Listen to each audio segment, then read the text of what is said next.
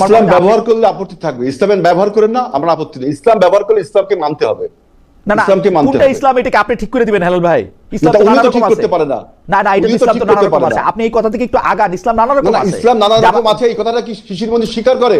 শিশির মনির Islamic পণ্ডিত, উনি বলেন আপনি কি না না হেলাল ভাই, আপনি হেলাল ভাই, মহিউদ্দিন ভাই, আজকে আমি আমার এই ভাইকে সাক্ষী রেখে বলছি, যদি জামাত ইসলামীকে মানুষ বিশ্বাস করে, দেখবেন ক্রিয়েটিভ পলিটিক্স কাকে বলে।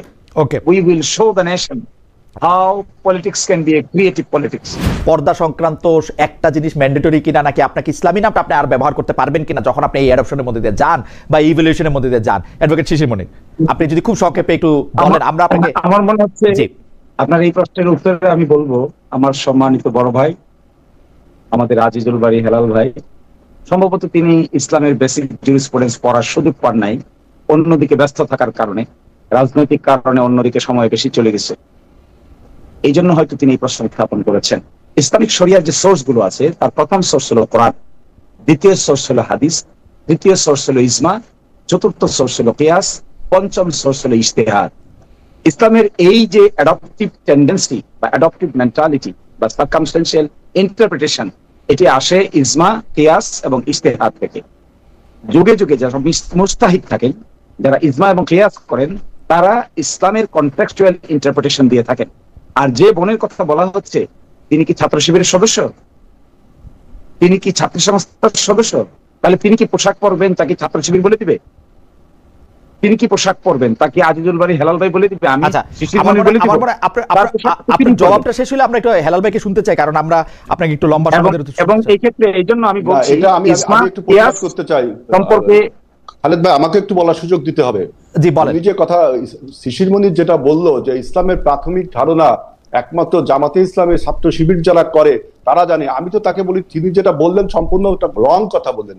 আমরা জানি ইসলামের প্রথম সোর্স কোরআন, দ্বিতীয় সোর্স হলো হাদিস, এরপরে যেগুলো আছে ইজমা। আচ্ছা ঠিক আছে, আমরা এই থিওলজিক্যাল ডিবেটে না যাই হেলাল ভাই, আমরা থিওলজিক্যাল ডিবেটে না যাই। থিওলজিক্যাল ডিবেট করলে আমরা সারাক্ষণই অনেক মনে করেন। না না খালিদ ভাই, আমাকে বলতে দিতে হবে। জি বলেন বলেন। শিশির মনির যে কথাটা বললো যে ইসলামের প্রাথমিক ধারণা আমাদের মধ্যে নেই, এইটা প্রমাণ করতে হবে যে তিনি কোথায় পেলেন যে ইজমা কিয়াস মানতে আমরা বাধ্য, তিনি কোথায় পেলেন ইজতিহাদ মানতে আমরা বাধ্য।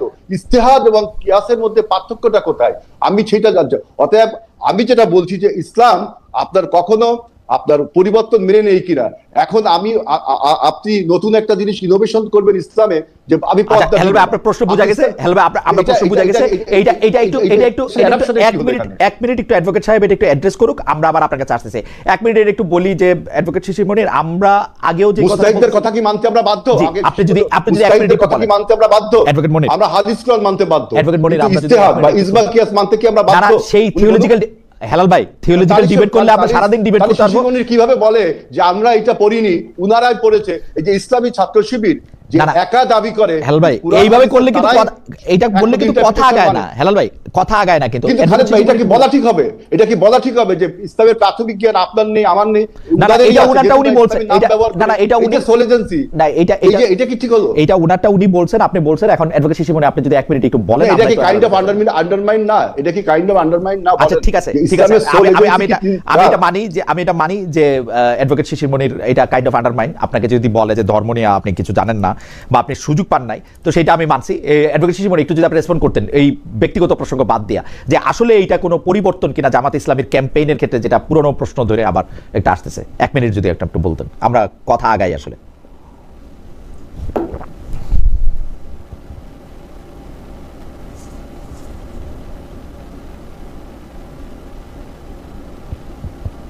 অ্যাডভোকেট মনির, কি আপনি শুনতে পাচ্ছেন আমাকে?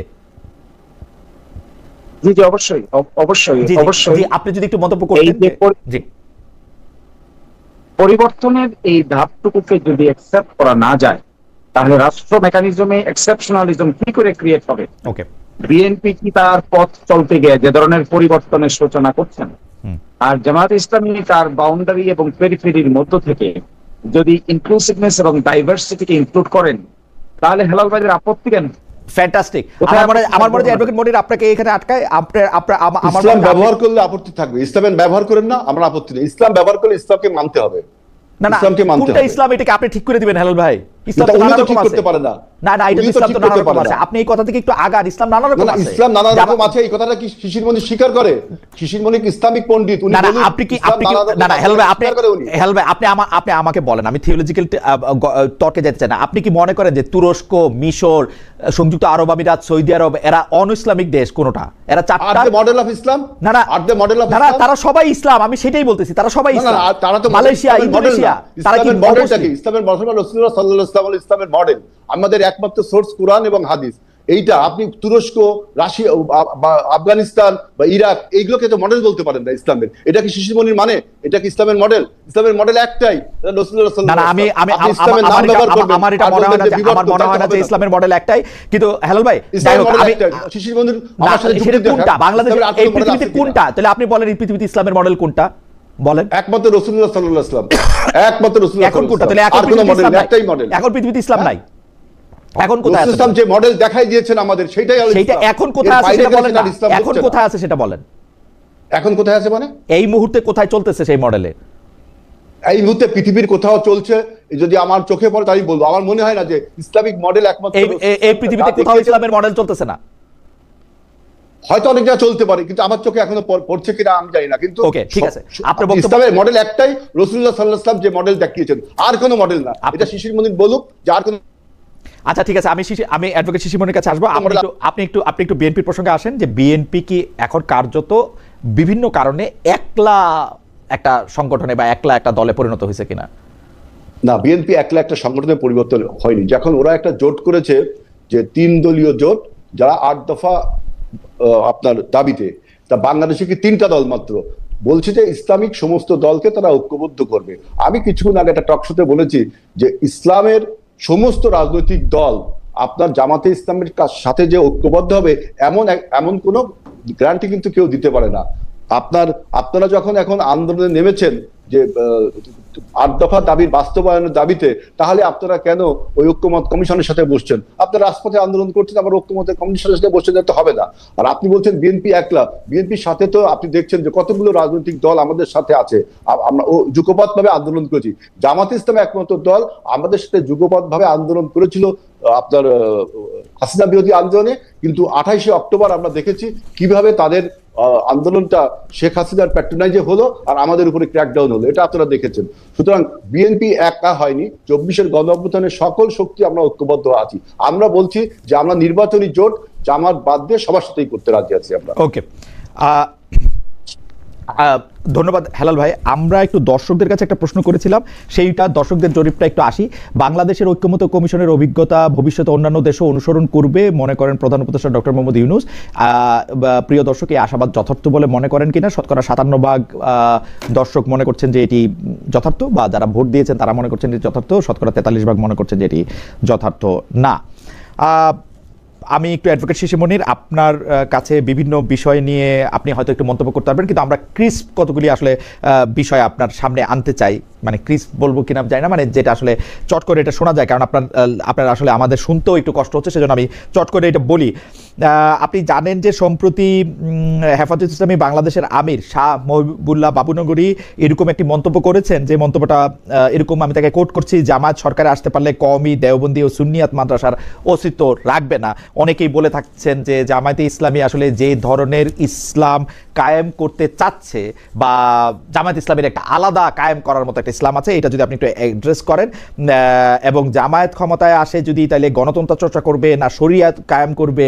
জামায়াত সরকার নেতৃত্বে আসলে নারী অধিকার, নারীর চলন বলন, পোশাক কি হবে, এইটাও যদি আপনি একটু সংক্ষেপে বলেন অ্যাডভোকেট শিশিমনির। এই কওমি, মাদ্রাসা, তাবলিগ জামাত ইত্যাদি নিয়ে জামায়াতের অবস্থান নেতিবাচক বলে অনেকে এটা মনে করে থাকেন। অনেকে মনে করে থাকেন বাংলাদেশে যে একটা ইসলামী রাজনীতি বা ইসলামী গোষ্ঠী একত্র হতে পারলো না, এটার একটা বড় কারণ জামায়াতে ইসলামী। কারণ জামায়াতে ইসলামীর রাজনৈতিক আদর্শ অন্য সবগুলি ইসলামী দলগুলির রাজনৈতিক আদর্শ থেকে আলাদা। জনাব অ্যাডভোকেট শিশিমনির।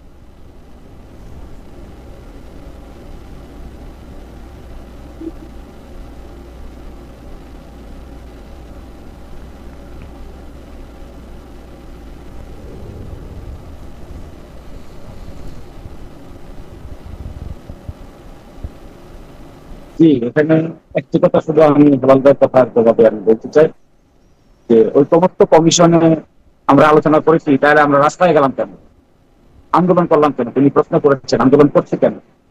আমি তো মনে করি বিএনপি ঐকমত্য কমিশনে নেগেটিভ রাজনীতি করছে। বিএনপিকে এই নেগেটিভ রাজনীতি থেকে সরে আসতে হবে। এই নেগেটিভ রাজনীতি যদি সরে না আসে, তার ফলশ্রুতিতে দেশে যা হবে তার পূর্ণাঙ্গ দায় দায়িত্ব বিএনপিকে নিতে হবে।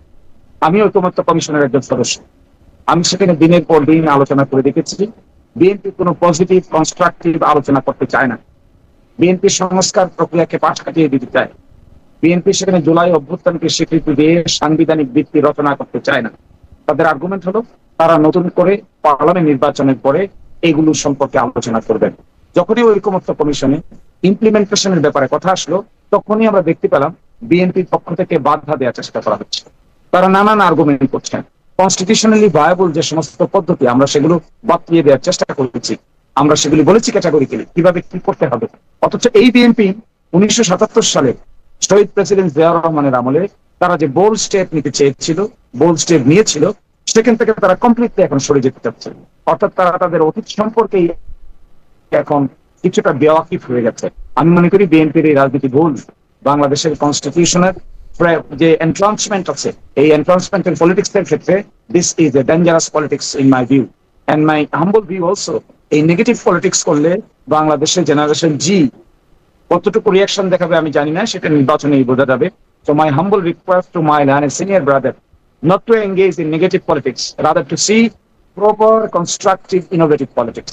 এরপরে আপনার সঙ্গে আমার কথা হলো, অবশ্যই না জামাত ইসলামী যদি ক্ষমতা এক্সারসাইজ করার সুযোগ পায়, শুধু কওমি দেওবন্দির অস্তিত্বই আমরা প্রোটেকশন দিব না। আমরা প্রত্যেকটা মাইনরিটি গ্রুপ, এথনিক গ্রুপ, সকল ধরনের মাইনরিটি কমিউনিটি যে যেখানে আছেন, যেভাবে আছেন, we will ensure their prosper, security, integrity, inclusiveness এবং তাদের এক্সক্লুসিভ আইডেন্টিটিকে আমরা অবশ্যই সম্মানের দৃষ্টিকোণ থেকে দেখব। দেখবেন আমরা ডাইভার্সিটি এন্ড ইউনিটি এই আর্গুমেন্টকে কত শক্তিশালীভাবে ইমপ্লিমেন্ট করি। We always believe in diversity but there is a unity. এই যে ডাইভার্সিটি একটা নেশনের মধ্যে, পার্বত্য চট্টগ্রামে যারা বসবাস করেন, হিন্দু মুসলিম যারা বসবাস করেন, আমার এলাকা ধরুন গিরাইশাল্লাহ প্রায় 40% মানুষ হিন্দু ধর্মাবলম্বী।